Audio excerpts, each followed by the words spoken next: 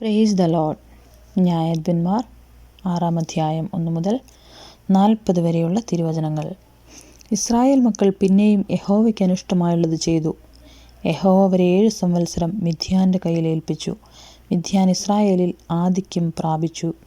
Israel മക്കൾ മിദ്യാനരുടെ നിമിത്തം പർവ്വതങ്ങളിലെ ഗുഹകളിലും ഗഹ്വരങ്ങളിലും ദുർഗങ്ങളിലും ശരണമാക്കി. Israel വിതച്ചിരിക്കുമ്പോൾ മിദ്യാന്യരും അമാലേക്യരും കിഴക്ക് ദേശക്കാരും അവരുടെ നേരെ വരും. അവർക്ക് വിരോധമായി പാളയമിറങ്ങി ഗസ്സാ വരെ നാട്ടിലെ വിള നശിപ്പിക്കും. ഇസ്രായേലിന് ആഹാരമോ ആടോ മാടോ കഴുതയോ ഒന്നും ശേഷിപ്പിക്കുകയില്ല. അവർ തങ്ങളുടെ കന്നുകാലികളും കൂടാരങ്ങളുമായി പുറപ്പെട്ട് വെട്ടുക്കിളി പോലെ കൂട്ടമായി വരും. അവരും അവരുടെ ഒട്ടകങ്ങളും അസംഖ്യമായിരുന്നു. അവർ ദേശത്ത് കടന്ന് നാശം ചെയ്യും. ഇങ്ങനെ മിദ്യാന്യരാൽ ഇസ്രായേൽ ഏറ്റവും ക്ഷയിച്ചു. ഇസ്രായേൽ മക്കൾ യഹോവയോട് നിലവിളിച്ചു. ഇസ്രായേൽ മക്കൾ മിദ്യാന്യരുടെ നിമിത്തം യഹോവയോട് നിലവിളിച്ചപ്പോൾ യഹോവ ഒരു പ്രവാചകനെ ഇസ്രായേൽ മക്കളുടെ അടുക്കൽ അയച്ചു.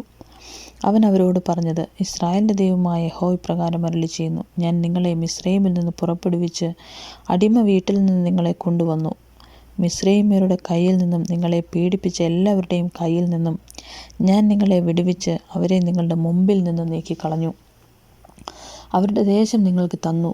യഹോവയായ ഞാൻ നിങ്ങളുടെ ദൈവമാകുന്നു എന്നും നിങ്ങൾ പാർക്കുന്ന ദേശത്തുള്ള അമ്മോന്യരുടെ ദേവന്മാരെ ഭജിക്കരുത് എന്നും ഞാൻ നിങ്ങളോട് കൽപ്പിച്ചു. നിങ്ങളോ എൻ്റെ വാക്ക് കേട്ടില്ല. അനന്തരം യഹോവയുടെ ഒരു ദൂതൻ വന്ന് ഒഫ്രയിൽ അബീയേസ്യനായ യോവാശിൻ്റെ കരുവേലകത്തിന് കീഴെ ഇരുന്നു. അവൻ്റെ മകനായ ഗിദെയോൻ ഗോതമ്പ് മിദ്യാന്യരുടെ കയ്യിൽ പെടാതിരിക്കേണ്ടതിന് മുന്തിരിച്ചക്കിനരികെ വെച്ച് മെതിക്കുകയായിരുന്നു. യഹോവയുടെ ദൂതൻ അവന് പ്രത്യക്ഷനായി, അല്ലയോ പരാക്രമശാലിയെ, യഹോവ നിന്നോട് കൂടെയുണ്ട് എന്ന് അവനോട് പറഞ്ഞു.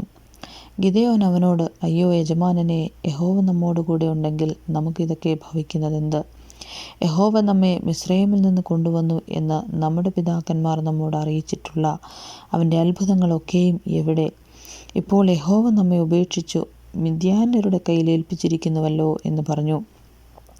അപ്പോൾ യഹോവ അവനെ നോക്കി, നിന്റെ ഈ ബലത്തോടെ പോക, നീ ഇസ്രായേലിനെ മിദ്യാന്യരുടെ കയ്യിൽ നിന്ന് രക്ഷിക്കും. ഞാനല്ലയോ നിന്നെ അയക്കുന്നത് എന്ന് പറഞ്ഞു. അവൻ അവനോട്, അയ്യോ കർത്താവേ, ഞാൻ ഇസ്രായേലിനെ എങ്ങനെ രക്ഷിക്കും? മനശ്ശെയിൽ എൻ്റെ കുലം എളിയതും എൻ്റെ കുടുംബത്തിൽ വെച്ച് ഞാൻ ചെറിയവനുമല്ലോ എന്ന് പറഞ്ഞു. യഹോവ അവനോട്, ഞാൻ നിന്നോട് കൂടെ ഇരിക്കും. നീ മിദ്യാന്യരെ ഒരു ഒറ്റ മനുഷ്യനെ പോലെ തോൽപ്പിക്കും എന്ന് കൽപ്പിച്ചു.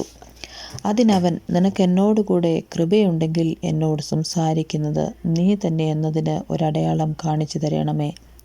ഞാൻ പോയി എൻ്റെ വഴിപാട് കൊണ്ടുവന്ന് നിന്റെ മുമ്പാകെ വയ്ക്കുവോളം ഇവിടെ നിന്ന് പോകരുതേ എന്നവനോട് പറഞ്ഞു.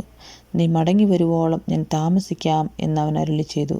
അങ്ങനെ ഗിദെയോൻ ചെന്ന് ഒരു കോലാട്ടിൻ കുട്ടിയെയും ഒരു പറ മാവ് കൊണ്ട് പുളിപ്പില്ലാത്ത വടകളെയും ഉണ്ടാക്കി മാംസം ഒരു കുട്ടയിൽ വെച്ച് ചാറൊരു കിണ്ണത്തിൽ പകർന്ന് കരുവേലകത്തിന് കീഴെ കൊണ്ടുവന്ന് അവൻ്റെ മുമ്പിൽ വെച്ചു. അപ്പോൾ ദൈവത്തിൻ്റെ ദൂതൻ അവനോട്, മാംസവും പുളിപ്പില്ലാത്ത വടകളും എടുത്ത് ഈ പാറമേൽ വെച്ച് ചാറ് അതിന്മേൽ ഒഴിക്ക എന്ന് കൽപ്പിച്ചു.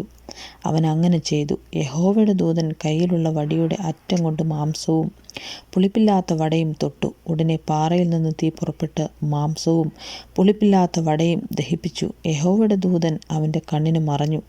അവൻ യഹോവയുടെ ദൂതനെന്ന് ഗിദെയോൻ കണ്ടപ്പോൾ, അയ്യോ ദൈവമായ യഹോവേ, ഞാൻ യഹോവയുടെ ദൂതനെ അഭിമുഖമായി കണ്ടുപോയല്ലോ എന്ന് പറഞ്ഞു.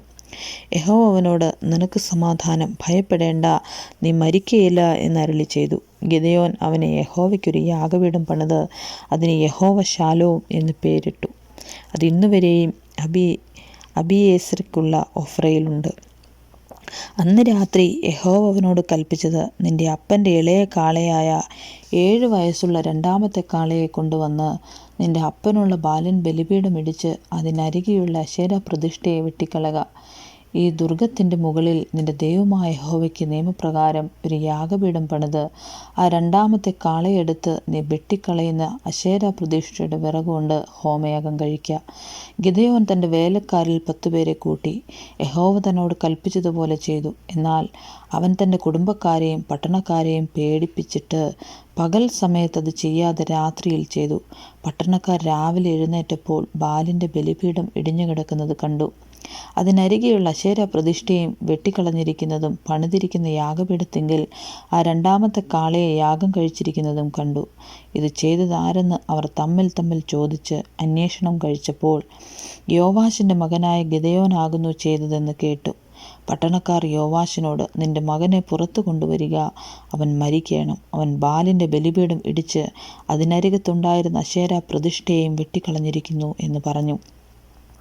യോവാശ് തൻ്റെ ചുറ്റും നിൽക്കുന്ന എല്ലാവരോടും പറഞ്ഞത്, ബാലിനു വേണ്ടി നിങ്ങളോ വ്യവഹരിക്കുന്നത്, നിങ്ങളോ അവനെ രക്ഷിക്കുന്നത്? അവനു വേണ്ടി വ്യവഹരിക്കുന്നവൻ ഇന്ന് രാവിലെ തന്നെ മരിക്കണം. അവനൊരു ദൈവം എങ്കിൽ തൻ്റെ ബലിപീഠം ഒരുവൻ ഇടിച്ചു കളഞ്ഞതുകൊണ്ട് തൻ്റെ കാര്യം വ്യവഹരിക്കട്ടെ. അവൻ അവൻ്റെ ബലിപീഠം ഇടിച്ചു കളഞ്ഞതിനാൽ ബാൽ അവൻ്റെ നേരെ വ്യവഹരിക്കട്ടെ എന്ന് പറഞ്ഞ് അവൻ അന്ന് യെരുബാൽ എന്ന് പേരിട്ടു.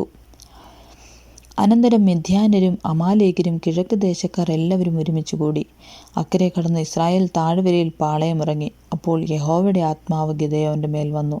അവൻ കാഹളമൂതി അബിയേസരെ തൻ്റെ അടുക്കൽ വിളിച്ചുകൂട്ടി.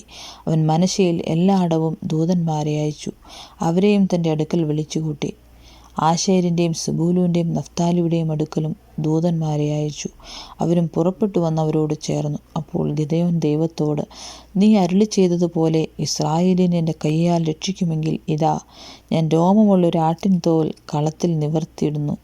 മഞ്ഞുതോലിന്മേൽ മാത്രം ഇരിക്കുകയും നിലമൊക്കെയും ഉണങ്ങിയിരിക്കുകയും ചെയ്താൽ നീ അരുളി ചെയ്തതുപോലെ ഇസ്രായേലിനെ എൻ്റെ കൈയാൽ രക്ഷിക്കുമെന്ന് ഞാൻ അറിയുമെന്ന് പറഞ്ഞു. അങ്ങനെ തന്നെ സംഭവിച്ചു. അവൻ പിറ്റേന്ന് അതികാലത്ത് എഴുന്നേറ്റ് തോൽ പിഴിഞ്ഞ് മഞ്ഞുവെള്ളം ഒരു കിണ്ടി നിറച്ചെടുത്ത് ഗിദെയോൻ പിന്നെയും ദൈവത്തോട്, നിന്റെ കോപം എൻ്റെ നേരെ ജ്വലിക്കരുതേ, ഞാൻ ഒരിക്കലും കൂടി സംസാരിച്ചു കൊള്ളട്ടെ. തോൽ കൊണ്ട് നീ പരീക്ഷിച്ചു കൂടെ കഴിച്ചു കൊള്ളട്ടെ. തോൽ മാത്രം ഉണങ്ങിയും നിലമൊക്കെയും മഞ്ഞുകൊണ്ട് നനഞ്ഞുമിരിപ്പാൻ അരുളേണമേ എന്ന് പറഞ്ഞു. അന്ന് രാത്രി ദൈവം ഇങ്ങനെ തന്നെ ചെയ്തു. തോൽ മാത്രം ഉണങ്ങിയും നിലമൊക്കെയും മഞ്ഞുകൊണ്ട് നനഞ്ഞുമിരുന്നു. ആമേൻ.